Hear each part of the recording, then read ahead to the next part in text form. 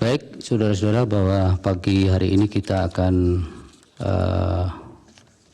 mengagendakan sidang dengan agenda pemeriksaan persidangan dengan agenda untuk mendengar keterangan saksi-saksi dan ahli dari pemohon 1. Berdasarkan catatan yang disampaikan kepaniteraan, pemohon nomor 1 mengajukan 7 ahli dan 11 saksi.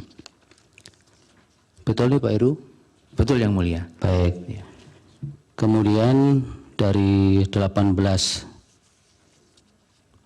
orang ini yang beragama Katolik hanya Pak Antoni ya? Benar Yang Mulia. Selebihnya Islam, baik saksi maupun ahli ya. Kalau begitu bisa maju bersama-sama untuk mengucapkan sumpah, hanya tempatnya nanti dipisah. Kelompoknya untuk ahli sendiri, untuk saksi sendiri. Silakan maju ke depan. Izin Yang Mulia, Ya. mohon kebijaksanaannya, satu ahli, Profesor Dr. Joher Mansah Johan, Ya. ada keterlambatan Yang Mulia dalam perjalanan. Ya, baik, gak apa-apa. Nanti Ya. disumpah tersendiri. Ya. Kemudian satu saksi yang pemeriksaan jarak jauh, satu saksi agak terlambat satu Yang Mulia. Saksi juga terlambat satu? Satu terlambat satu Yang Mulia. Yang atas nama siapa Pak? Patrazen Yang Mulia. Dokter paling nomor 1, saksi nomor 1. Mirza, Bukan. saksi Paling kan? bawah mah, Patrazen Yang Mulia. Patrajen nggak ada. Arif Patrawijaya Yang Mulia. Nomor Arif. Oke. Ini juga belum hadir ya? iya Yang Mulia. Baik. Kemudian yang di Amerika via Zoom Yang Mulia, satu orang. Admin Armas ini? Amrin Harun Yang Mulia. Oke, sorry. Amrin Harun ya? Iya Yang Mulia. Ini mau di kelompoknya dipisah antara ahli dengan saksi. Petugas mana nih petugas? Ahli kelompok kiri, agak bergeser supaya, ya. Nah. Pak siapa Ridwan? Beragama Katolik ahli ya, ahli Katolik sini sebelah kiri.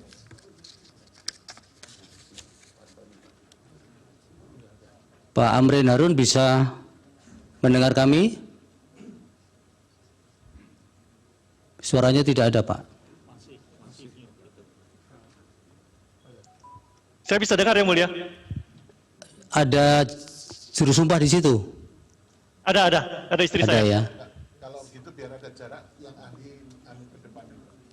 Agak maju sedikit Bapak. Ya. Baik. Yang Katolik ke sini sedikit. Nah. Yang Islam ke sini.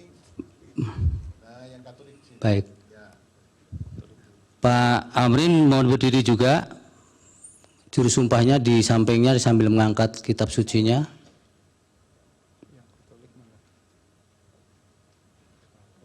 Baik, kemudian untuk memandu lapas sumpah dimohon berkenan Yang Mulia untuk yang agama Islam Bapak Ridwan Mansur, yang Katolik atau Kristen Bapak? Katolik nanti dipandu Yang Mulia Bapak Daniel. Dipersilakan yang ahli dulu yang agama Islam Pak Ridwan Mansur. Baik Yang Mulia, terima kasih. Bapak Bambang Eko, Bapak Faisal Basri, Profesor Ridwan, Bapak Fit Adrison, Bapak Yudi Prayudi, Bapak Profesor Johan Mansah Johan belum hadir ya. Ya baik. Ikuti lafaz sumpah ahli yang akan saya tuntunkan menurut agama Islam. Bismillahirrahmanirrahim. Demi Allah, saya bersumpah sebagai ahli akan memberikan keterangan yang sebenarnya sesuai dengan keahlian saya. Dilanjut yang saksi Ya, untuk agama para Islam. saksi, Bapak Mirza Zulkarnain, Bapak Muhammad Fauzi, Bapak Anis Priyo Asyari, Bapak Andi Hermawan, Bapak Surya Dharma, Bapak Ahmad Husairi, Bapak Maislani Suci Rahayu, Ibu Mislani Suci Rahayu, Bapak Sartono, Bapak Dr. Arif Patrawijaya, Bapak belum hadir? Belum hadir. Bapak Amrin Harun, secara online, Bapak Adnin Arman, juga online. Baik, ikuti lafaz sumpah saksi yang akan saya tuntunkan menurut agama Islam. Bismillahirrahmanirrahim. Bismillahirrahmanirrahim. Demi Allah, Saya bersumpah saya sebagai bersumpah sebagai saksi akan memberikan keterangan yang sebenarnya tidak lain dari yang sebenarnya. Terima kasih Yang Mulia Ketua. Silakan kembali ke tempat. Oh, yang Katolik. Mohon Pak Daniel Yang Mulia. Baik, terima kasih Yang Mulia Pak Ketua. Pak Antoni Budiawan ya. Tangan kiri di atas Alkitab, tangan kanannya 3 jari dia. Ini Alkitabnya. Ya, 3 jari. Baik, ikuti lafal janji akan saya tuntun ya. Saya berjanji sebagai ahli akan memberikan keterangan yang sebenarnya sesuai dengan keahlian saya. Semoga Tuhan menolong saya. Baik, terima kasih. Saya kembalikan pada Yang Mulia Pak Ketua. Terima kasih Yang Mulia. Sebelum kami persilakan ke belakang, ini dari Pak Heru yang mau didengar ahli dulu atau saksi dulu? Ahli dulu Yang Mulia. Ahli dulu. Iya. Berarti mohon keluar dulu semuanya, kecuali yang akan didengar pertama siapa Pak Heru? Pak Bambang Eka Cahya. Bambang Eko. Ya. Silakan. Selebihnya mohon menunggu di luar di ruang tunggu.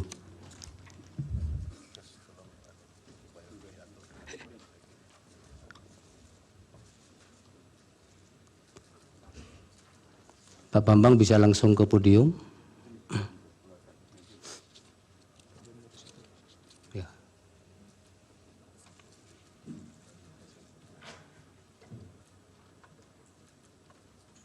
Mendekat ke ahli ya Pak, ke tim kuasa hukum.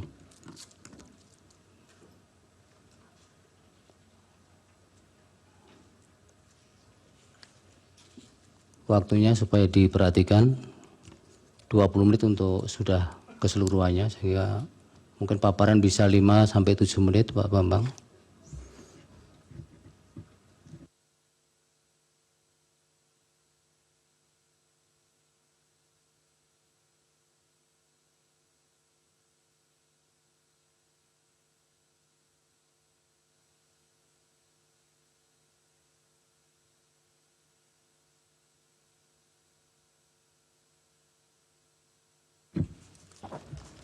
Berikutnya nanti siapa Pak Heru? Berikutnya Prof. Ridwan Yang Mulia. Oke, ya. Petugas supaya diperhatikan. Silakan Pak Bambang. Terima kasih Yang Mulia. Assalamualaikum warahmatullahi wabarakatuh. Yang saya hormati dan saya muliakan Ketua Mahkamah Konstitusi, para hakim konstitusi, yang saya hormati saudara-saudara penasihat hukum, baik dari pemohon, termohon, dan pihak terkait. Izinkan saya menjelaskan pokok-pokok pikiran yang sudah saya tulis dan sampaikan kepada majelis. Cuma dalam kesempatan ini saya akan mencoba membaca lebih ringkas poin-poinnya saja.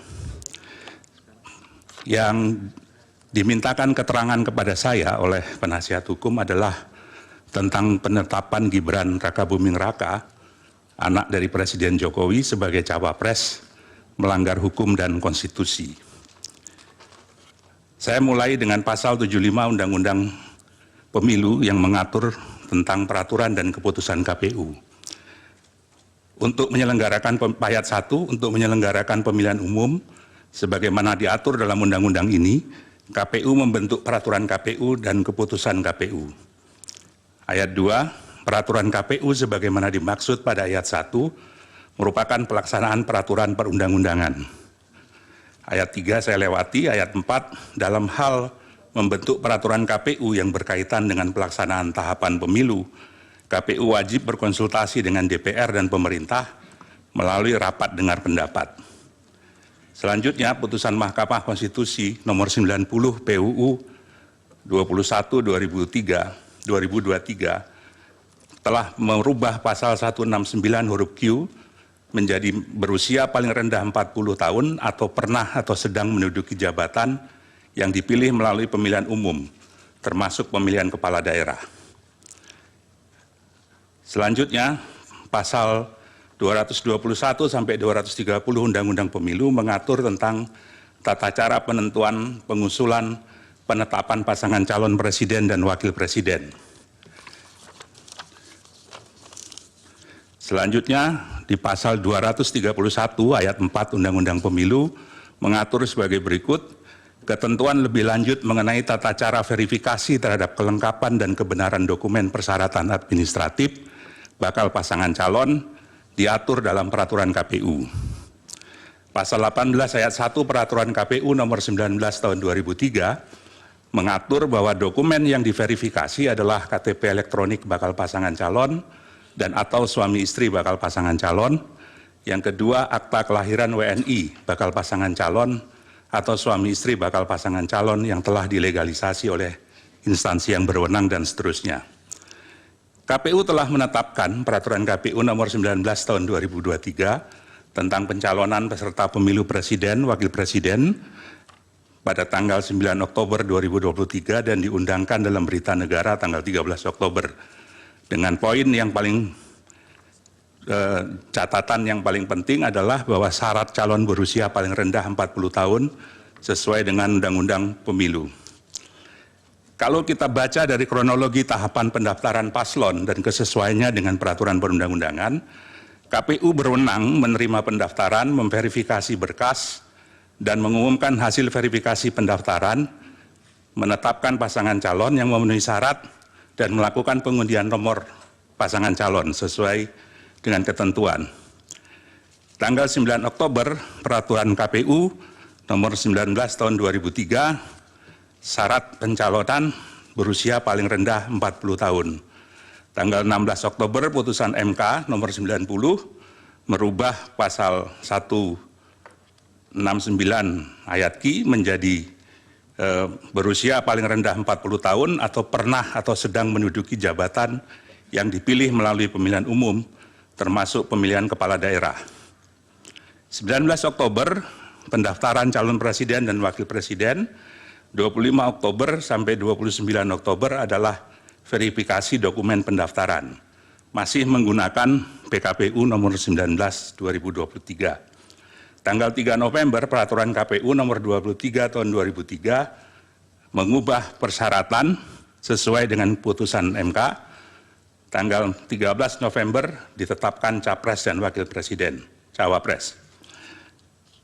Peraturan KPU 19 2023 belum diperbarui. Yang jadi persoalan adalah mengapa menerima pendaftaran dan melakukan verifikasi berkas paslon 02 yang tidak memenuhi syarat usia sesuai dengan PKPU 19 2023. Penerimaan pendaftaran Prabowo Gibran yang tidak memenuhi syarat oleh KPU adalah tindakan yang diskriminatif. Dalam berita acara verifikasi dokumen persyaratan bakal calon presiden dan calon wakil presiden tanggal 28 Oktober 2023, berkas itu menyatakan bahwa pasangan Prabowo Gibran memenuhi syarat dan disusun dengan berdasarkan pada PKPU 19 2023 yang belum direvisi sesuai dengan putusan MK 90. Bakal cawapres Gibran yang sebenarnya berbeda dalam hal syarat umur diperlakukan sama dengan cawapres yang lain yang sudah memenuhi syarat umur, sebagaimana ditetapkan dalam peraturan KPU 19 tahun 2023. Berkas pendaftaran paslon 02 diterima dan diverifikasi oleh KPU. Tidak sesuai dengan putusan MK nomor sesuai dengan putusan MK nomor 27 PUU 5 Romawi 2007 yang memuat pertimbangan berkait diskriminasi. Diskriminasi adalah memperlakukan secara berbeda terhadap hal yang sama. Sebaliknya bukan diskriminasi jika memperlakukan secara berbeda terhadap hal yang memang berbeda. Dalam kasus ini, sebetulnya Cawapres Gibran harusnya diperlakukan secara berbeda dengan peraturan yang berbeda. Tapi dalam kenyataannya KPU memperlakukannya sama dengan calon wakil presiden yang lain, diverifikasi dengan peraturan yang sama. KPU melakukan tindakan dalam rangka penyelenggaraan pemilu yang tidak menaati prosedur asas dan prinsip penyelenggaraan pemilu yang ditetapkan dalam peraturan perundang-undangan pasal 3 huruf D, terutama di Undang-Undang Pemilu, yang menyatakan bahwa dalam menyelenggarakan pemilu, penyelenggara pemilu harus melaksanakan pemilu berdasarkan asas sebagaimana dimaksud dalam pasal 2 dan penyelenggaraannya harus memenuhi prinsip mandiri, jujur, adil, berkepastian hukum, dan selanjutnya. Penyelenggaraan harus netral dan selanjutnya. Menurut prinsip keadilan pemilu, menurut IDEA, keadilan pemilu berarti memastikan bahwa setiap tindakan, prosedur, dan keputusan terkait proses pemilu adalah taat hukum. Keadilan pemilu juga berarti hak kepemiluan dilindungi, dipenuhi, dan ditegakkan. Keadilan pemilu juga berarti memberi ruang bagi pihak yang hak kepemiluannya dilanggar, membuat keluhan, memberikan keterangan, dan menerima keputusan. Selanjutnya, KPU melakukan perubahan PKPU nomor 19 menjadi PKPU nomor 23 pada tanggal 3 November sesuai dengan putusan MK. Seharusnya KPU merubah PKPU nomor 19 tersebut sebelum menerima pendaftaran pasangan calon. Poin berikut adalah berkaitan dengan mandat verifikasi yang diatur dalam PKPU sehingga putusan MK saja tidak cukup menjadi landasan menerima pendaftaran Gibran. Meskipun MK telah membuat putusan nomor 90 PUU 21/2023, KPU harus tetap mengubah peraturan KPU 19 terlebih dahulu untuk menyesuaikan syarat calon. Perubahan frasa dalam putusan mahkamah tidak bisa dipisahkan dari kedudukan mahkamah sebagai negatif legislator, sehingga putusan mahkamah harus dinilai setingkat dengan undang-undang yang memerlukan peraturan KPU untuk dioperasionalkan, terutama dalam peraturan KPU. Hal ini sesuai dengan perintah Undang-Undang Pemilu pasal 12, pasal 13, pasal 75 Undang-Undang Pemilu, dan lebih jauh lagi harus mengacu kepada pasal 231 ayat 4 Undang-Undang Pemilu yang memerintahkan ketentuan lebih lanjut mengenai tata cara verifikasi terhadap kelengkapan dan kebenaran dokumen persyaratan administrasi bakal pasangan calon diatur dalam peraturan KPU. Peraturan KPU atas pendaftaran Gibran adalah kesengajaan terhadap pelanggaran kepastian hukum. Kebutuhan peraturan KPU mengatur penyesuaian dengan putusan MK tidak hanya kebutuhan administratif, tapi juga kebutuhan hukum pemilu agar tidak timbul kekosongan hukum pasca putusan MK. Perubahan PKPU 19 menjadi PKPU 2023-2023 yang telah sesuai dengan putusan Mahkamah Konstitusi telah melewati batas akhir terhadap pendaftaran paslon dan verifikasi dokumen pasangan calon. Maka verifikasi terhadap saudara Gibran Raka masih menggunakan dasar hukum nomor 19/2023. Tindakan Komisi Pemilihan Umum membiarkan Raka Gibran terus mengikuti tahapan pencalonan dalam proses pendaftaran dari verifikasi bakal pasangan calon merupakan pelanggaran terhadap prinsip kepastian hukum. Pak Bambang sebentar. Ya. Ini waktunya sudah 10 menit. Lewat 1 menit, 11 menit ya. Akan dihabiskan untuk keterangan ahli tanpa memberi kesempatan pendalaman kuasa hukum ataukah akan dibagi? Esensinya sudah bisa ditangkap sebenarnya kan, apa yang diterangkan saksi ini.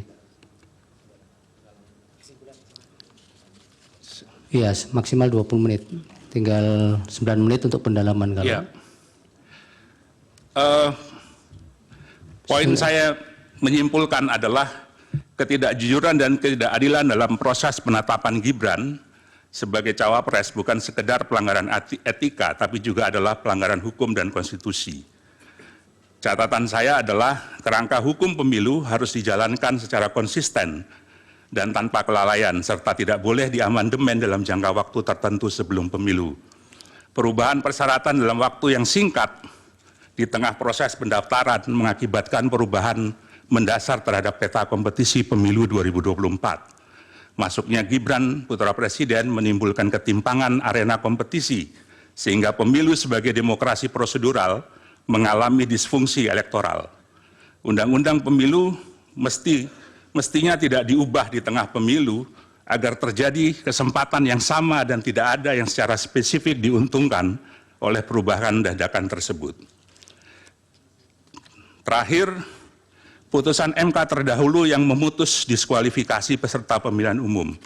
Mahkamah Konstitusi pernah melakukan diskualifikasi terhadap calon bupati dalam putusan SELA nomor 145 PHP Bupati 19/2021 dalam kasus Pilkada Kabupaten Yalimo. MK memutuskan diskualifikasi juga terhadap pasangan Yusak Yaluwo dan Yakob Weremba dalam kasus Pilkada Bovendigul nomor perkara 132 PHP 2022. Begitu juga dengan kasus Dirwan Mahmud dan Hartawan dalam nomor perkara 57 PHP 2008. Saya kira demikian keterangan saya, Yang Mulia. Saya coba padatkan, keterangan tertulis secara resmi sudah diserahkan kepada penasihat. Terima kasih. Kami, Pak. Silakan Pak Heru, masih ada 7 menit.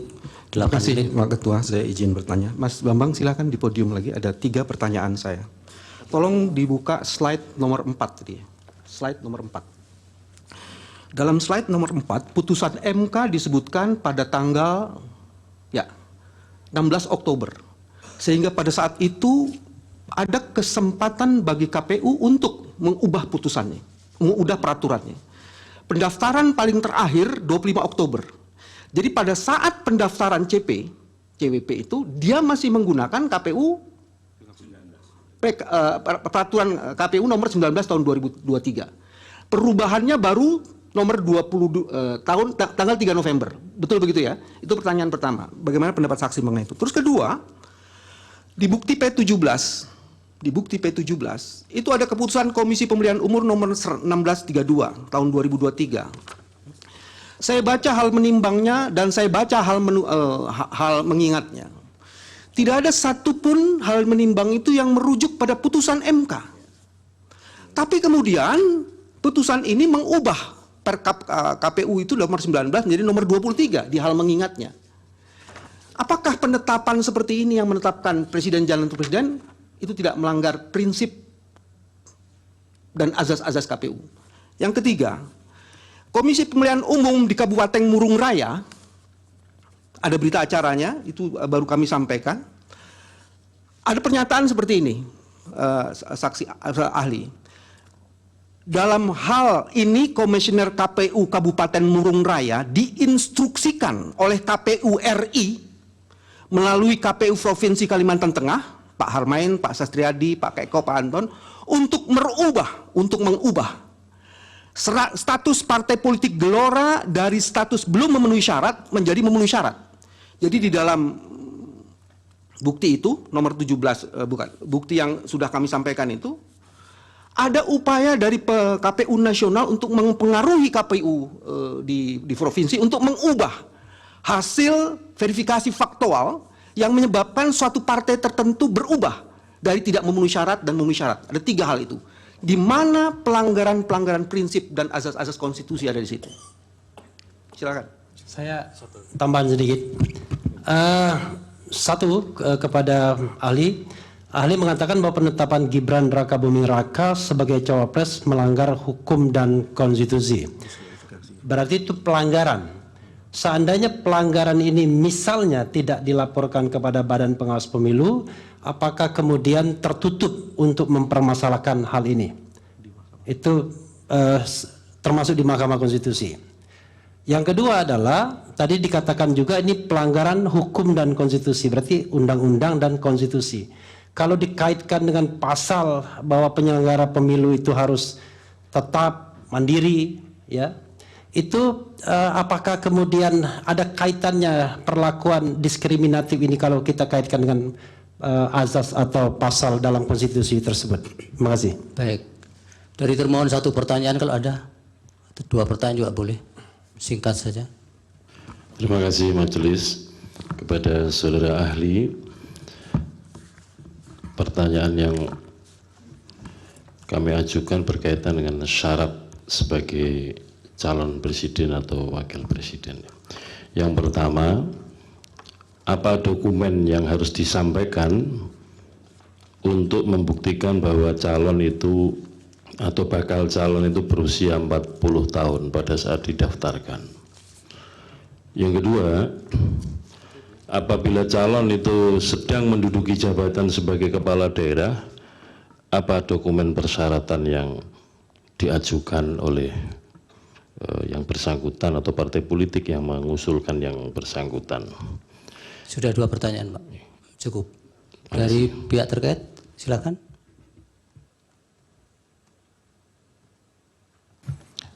Kami ingin tanya, pertama, apakah saudara ahli tahu dan dapat membedakan antara sengketa proses dan sengketa hasil dalam pemilu?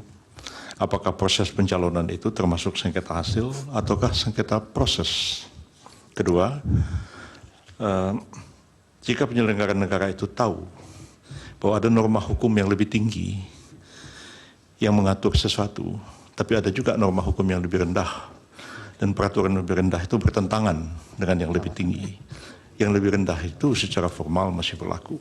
Apa yang dia harus lakukan jika dia berhadapan dengan situasi seperti itu? Cukup 2 pertanyaan, Prof. Dari Bawaslu ada 1 pertanyaan, cukup ya. Silakan Pak Bambang dipersingkat untuk dari para pihak tadi sekaligus.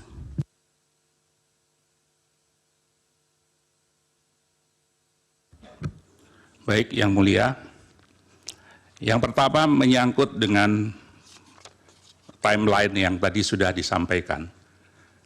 Antara tanggal 16 Oktober sampai 25 Oktober, menurut hemat saya, pendapat saya, langkah yang harus dilakukan oleh KPU adalah menyusun perubahan PKPU nomor 19 2023 dan mengajukannya kepada DPR. Sehingga kemudian ada kesempatan. Mohon slide-nya yang mulia untuk dipertunjukkan slide 4 biar bisa. Slide tadi, tugas. Nomor 4 slide. Ya. Ada waktu kurang lebih 9 hari atau 10 hari untuk merubah peraturan KPU 19 2023 ini. Dan waktu ini terbuang percuma, tidak ada tindakan yang berarti dalam mengubah peraturan KPU tersebut. Sekaligus menjawab pertanyaan Prof. Yusril tentang bagaimana kalau ada norma hukum yang bertentangan, seharusnya norma yang lebih rendah menyesuaikan dengan norma yang lebih tinggi. Nah, persoalannya adalah kerangka hukum pemilu itu tidak cuma undang-undang, tapi juga peraturan KPU. Dipertegas dalam pasal 75 Undang-Undang Pemilu bahwa untuk melaksanakan pemilihan umum, KPU harus membentuk peraturan KPU dan keputusan KPU. Peraturan itu sebagaimana dimaksud adalah pelaksanaan peraturan perundang-undangan. Dalam catatan ini, maka seharusnya KPU segera mengubah PKPU 19 2023 dan kemudian segera meminta kepada DPR dan pemerintah untuk mengadakan rapat dengar pendapat umum. Karena rapat dengar pendapat umum itu adalah diamanatkan oleh Undang-Undang 7 2017 pasal 75 ayat 4. Jadi ada proses yang harus dilewati melalui hal tersebut. Pertanyaan yang kedua, saya lupa. Ada apa namanya? Putusan P17 KPU. ya. Iya. Keputusan Komisi Pemilihan Umum nomor. Putusan KPU menurut saya jadi cacat secara hukum karena tidak mengacu kepada putusan Mahkamah Konstitusi nomor 90. Walaupun dia mengubah, saya tidak memegang dokumennya, mengingat pada peraturan Komisi Pemilihan Umum nomor 19, ya, dan kemudian telah diubah menjadi nomor 23, Ini menjadi pertanyaan karena ketika putusan ini dibuat, peraturan KPU nomor 23 itu belum ada, belum disahkan. Ya sudah, yang lain jawab. Yang mulia, pertanyaan saya nomor 1 belum dijawab. Saya kira belum memang, karena saya tadi kebetulan menyambung dengan pertanyaan nomor 2, Prof. Yusril. Baik, yang ketiga pertanyaan dari penasihat hukum, dalam kasus KPU Murung Raya yang diintervensi untuk mengubah status parpol Gelora, setahu saya kasus ini sudah dibawa ke DKPP, tapi menurut saya ini adalah pelanggaran serius terhadap prinsip atau asas pemilu, terutama jujur dan adil. Kenapa jujur dan adil? Karena sebetulnya hasil verifikasi faktual itu menyatakan Gelora tidak memenuhi syarat. Tapi kemudian dipaksa untuk memenuhi syarat. Berarti ada perlakuan yang tidak jujur terhadap dokumen verifikasi itu. Dan ini harusnya diselidiki kenapa bisa seperti itu. Saya nggak tahu bagaimana instruksi itu dilakukan, tapi kalau berdasarkan informasi yang diterima itu, maka ini adalah tindakan yang melanggar pada prinsip atau asas jujur dan adil. Kemudian penetapan Gibran melanggar hukum dan konstitusi. Relasinya adalah bahwa pasal 22E itu mengatur asas pemilu langsung, umum, bebas, rahasia, jujur, dan adil. Tindakan yang dilakukan oleh KPU itu mengingkari asas jujur dan adil terhadap proses verifikasi itu. Karena ada kebenaran yang tidak disampaikan dalam proses verifikasi itu, yaitu bahwa peraturan KPU belum dirubah. Sehingga ketika itu dijadikan dasar, maka putusan itu sudah tidak jujur. Tidak sesuai dengan faktanya.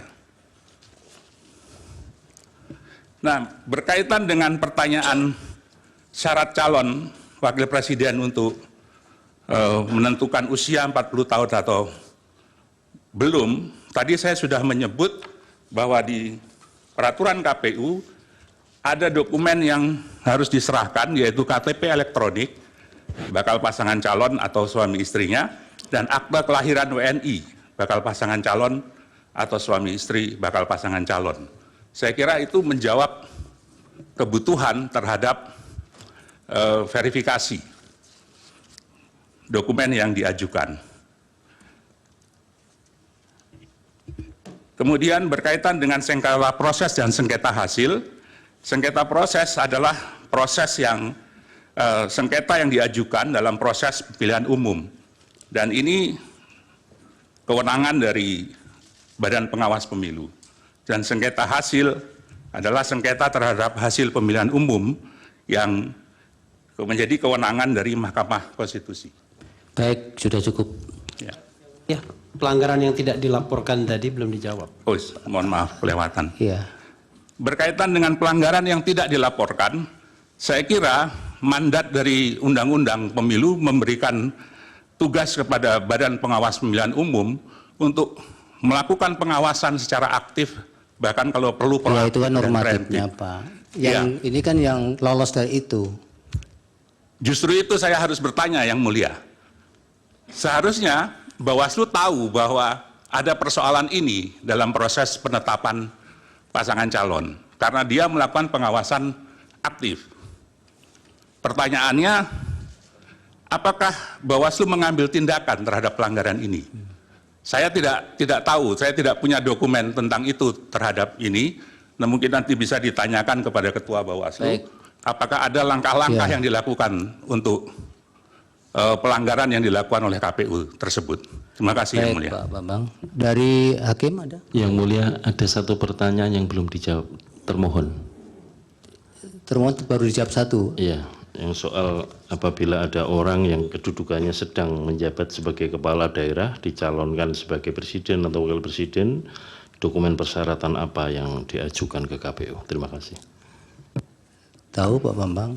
Baik, setahu saya mestinya adalah SK yang bersangkutan sebagai kepala daerah, ditambah izin dari presiden, karena seorang kepala daerah harus mengajukan izin kepada presiden.